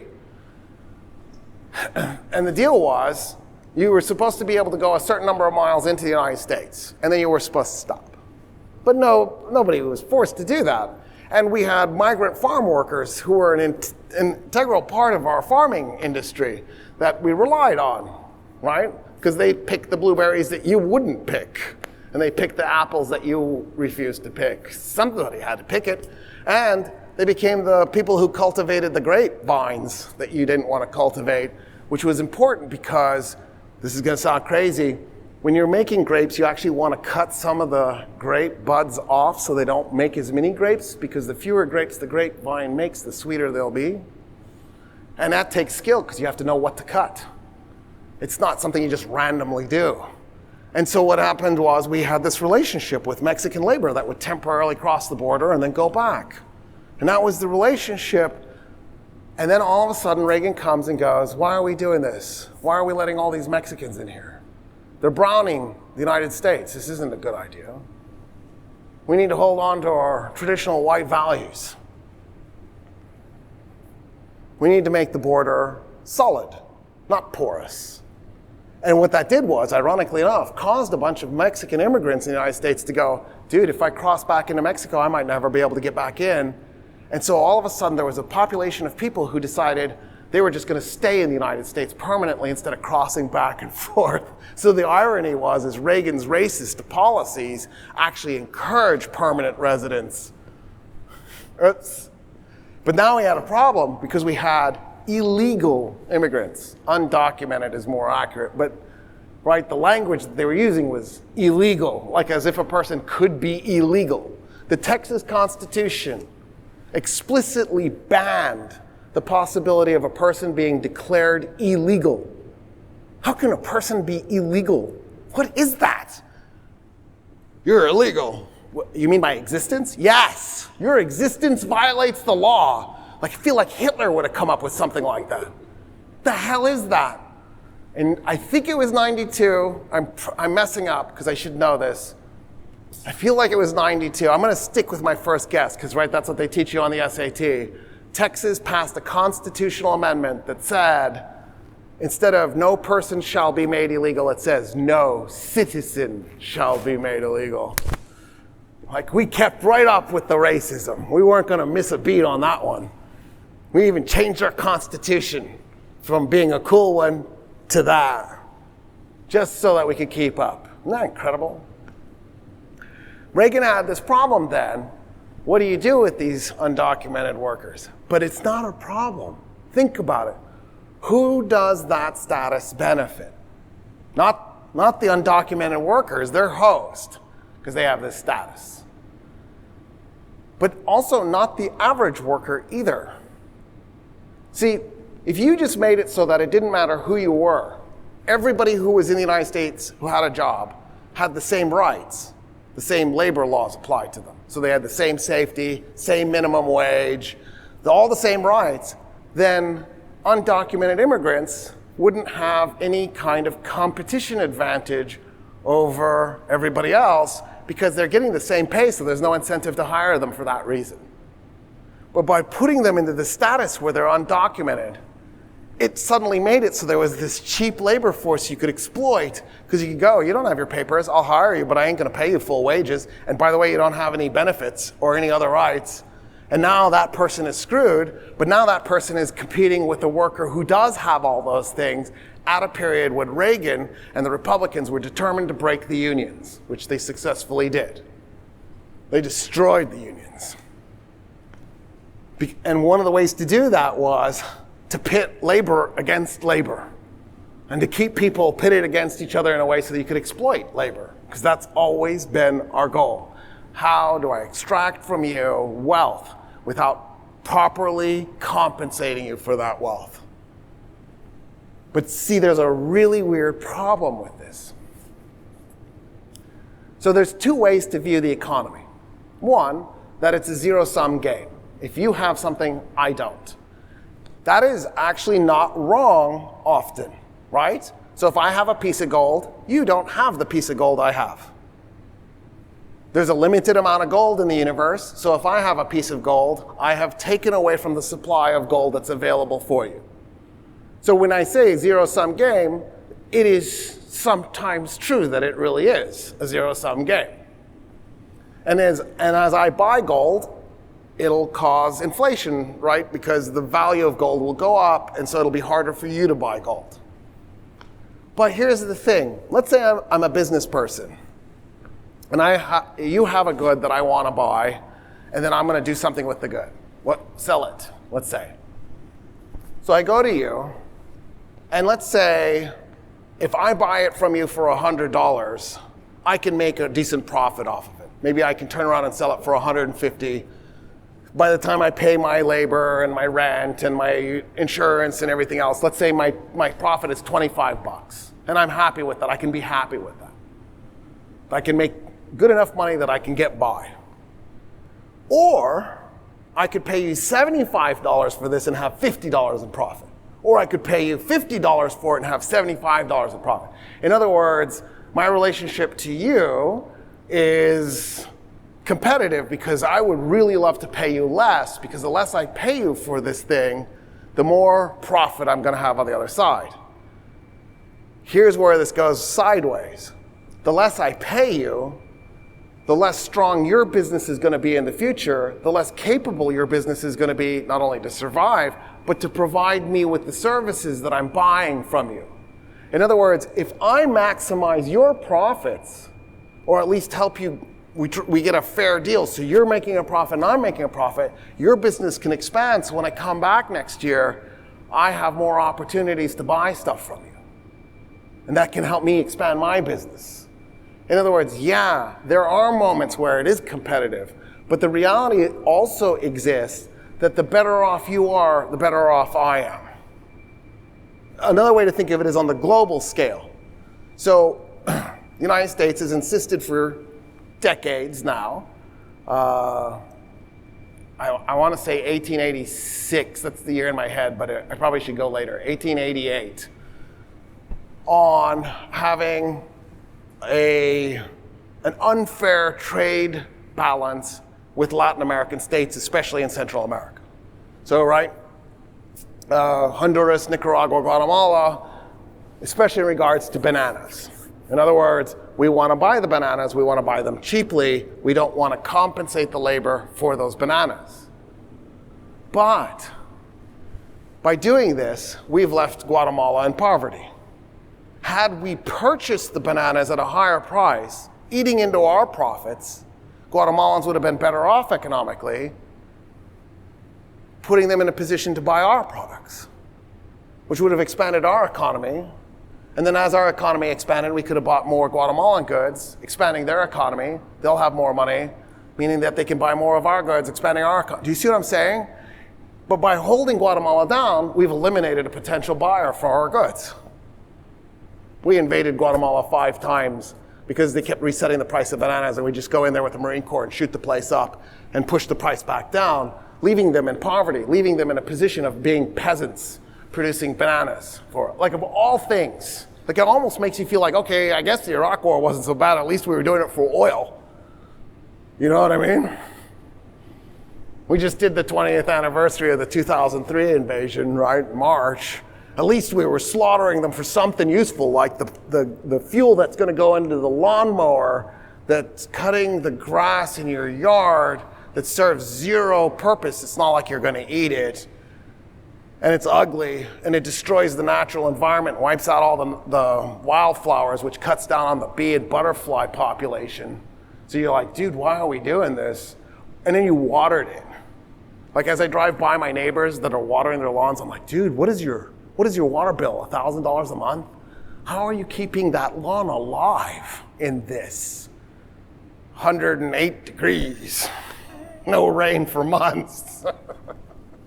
The trees, the trees.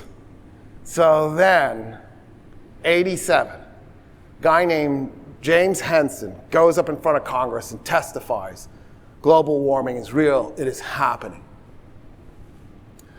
Carl Sagan testified. I actually think Carl Sagan testified in 86, the year before. I might have my years messed up. It's right around that time period. There are books being published. There are scientific journal articles, referee journal articles coming from PhDs, screaming, shouting, look, we're in trouble. If you do something early, it's easier to change course, right? So one of the problems that we have is at some point we're going to get hit by a meteor. That's guaranteed. It's going to happen, right? We're constantly having meteors, no big deal. The problem is a big one, like school bus size, like the one that took out the dinosaurs 65 million years ago by hitting the Chicxulub, Mexico, and creating the Chicxulub crater. Oof, it's nice. The dinosaurs in the immediate area were just vaporized. The rest of them froze to death. They survived. They're birds. They didn't go extinct. Stop saying they went extinct. The big ones did, though. The big ones got taken out. It's going to happen. It's guaranteed. The question is it going to be in 65 million years or 10 days from now? Right? We just don't know when. But also, we've been looking. And our goal is to identify something that's far away, track its trajectory, and then see if it's coming this way. Because if it's far away, we just need to nudge it. When it's close, we're going to have to push it. And that's true for global warming. If we had been doing something since 1987, it would have been really cheap. We could have eased into it. We could have done this relatively painlessly. But we didn't. The first time we did anything was when Biden got the Inflation Reduction Act passed, which was a dumb name for it. Build Back Better was better, but Joe Manchin insisted that the name be changed. And it has a package that does about 1% of what we should have done. It's better than the 0% we had been doing up until that moment. But then it makes you ask the question, why are we letting this happen? We're watching this tragedy unfold in front of our eyes. We're experiencing it firsthand. Fires have been breaking out for years. This isn't the first year, it's just the worst year. The temperature has been steadily rising. The data that we're affecting the temperature is incontrovertible. You can see World War II on the temperature graph. The years that we were fighting World War II, there's a sudden spike in the temperature of the planet, and then it comes back down again before it takes off again. There's no doubt we're doing this. You could see World War II. Isn't that crazy? It blows my mind. So why are we in such denial about it? And I don't have an answer. I'm not going to answer that here. But that's part of this trajectory that we're on. By being so transactional and so focused on ourselves and so selfish and always considering only ourselves in the process and not realizing we're part of a community and that we made children and grandchildren and maybe we ought to care about them too, we have put ourselves in a situation where, since y'all are all young, well, we've dramatically cut your life expectancies and the possibility that you're going to have happy little lives in a 3-bedroom house. And I don't understand this. I can't comprehend it. There have been so many people screaming for so many years, stop, stop, stop, stop. But then again, we did slavery and the genocide of the Native Americans. It can't be that big of a surprise. Texas had a $32.7 billion surplus this year. Almost no place on the planet has a surplus budget, let alone a $33 billion budget. We spent $18 billion on tax cuts for property owners. We could have spent that $18 billion doing mass transit or fixing our public schools or fighting global warming or trying to cure cancer or maybe jump-starting a mission to Mars or something. What are you going to do with that? Buy a widescreen TV? What's the point? Shop on Amazon? Why? As a community, we can do cool things. As individuals, we can shop. You're going to buy real estate in this market? It's too expensive. Like, I can't afford the house I live in. I would never be able to buy it now. Also because the interest rates are too high for me to buy it. But also I couldn't afford it. I would never be able to make the down payment. Thank God I bought when I did. But then that's exactly the philosophy, right? Ooh, you guys are screwed, but I got away with it. How are you going to buy houses?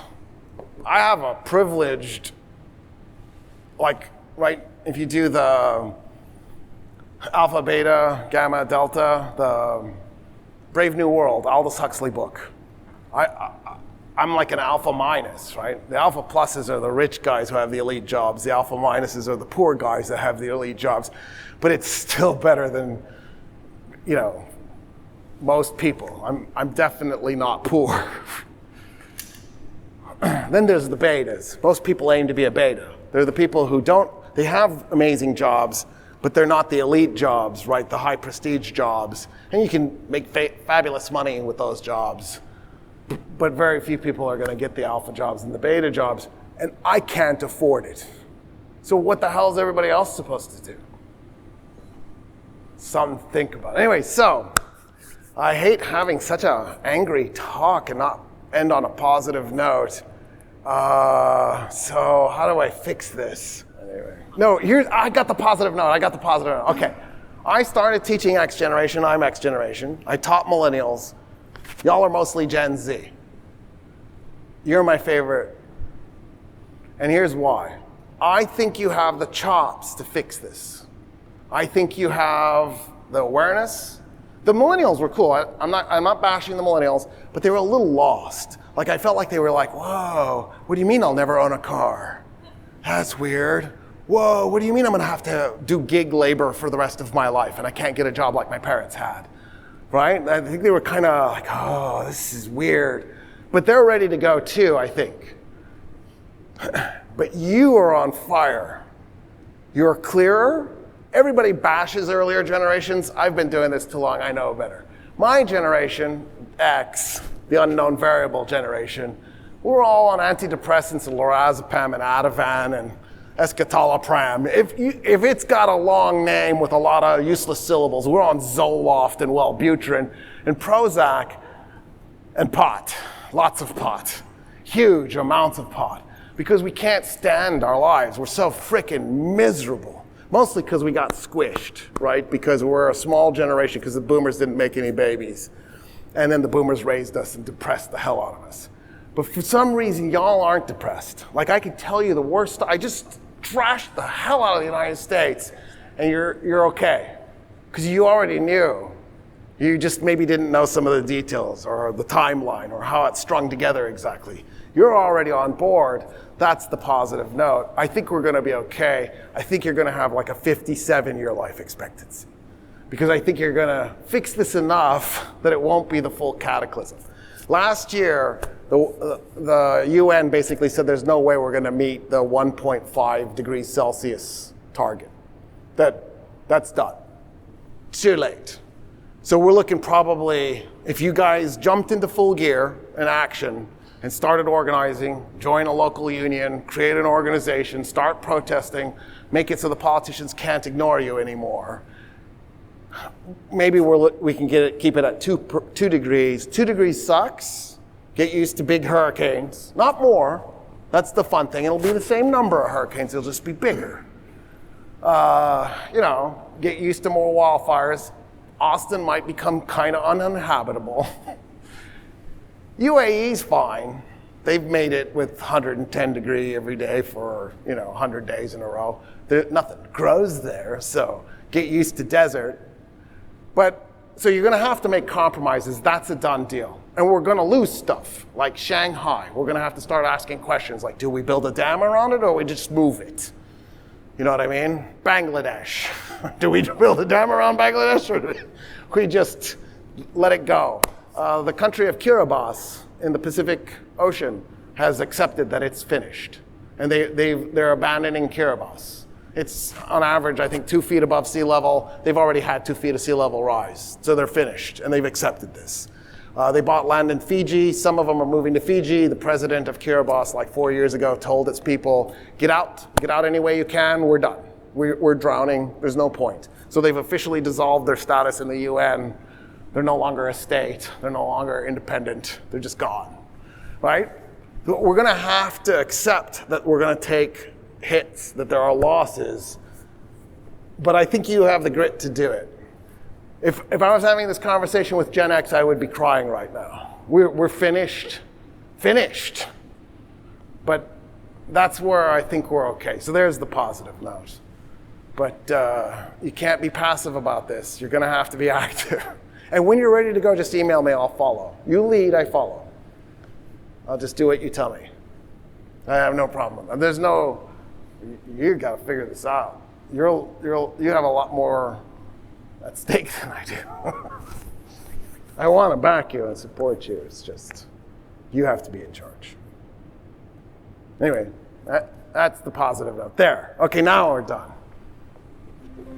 Bye.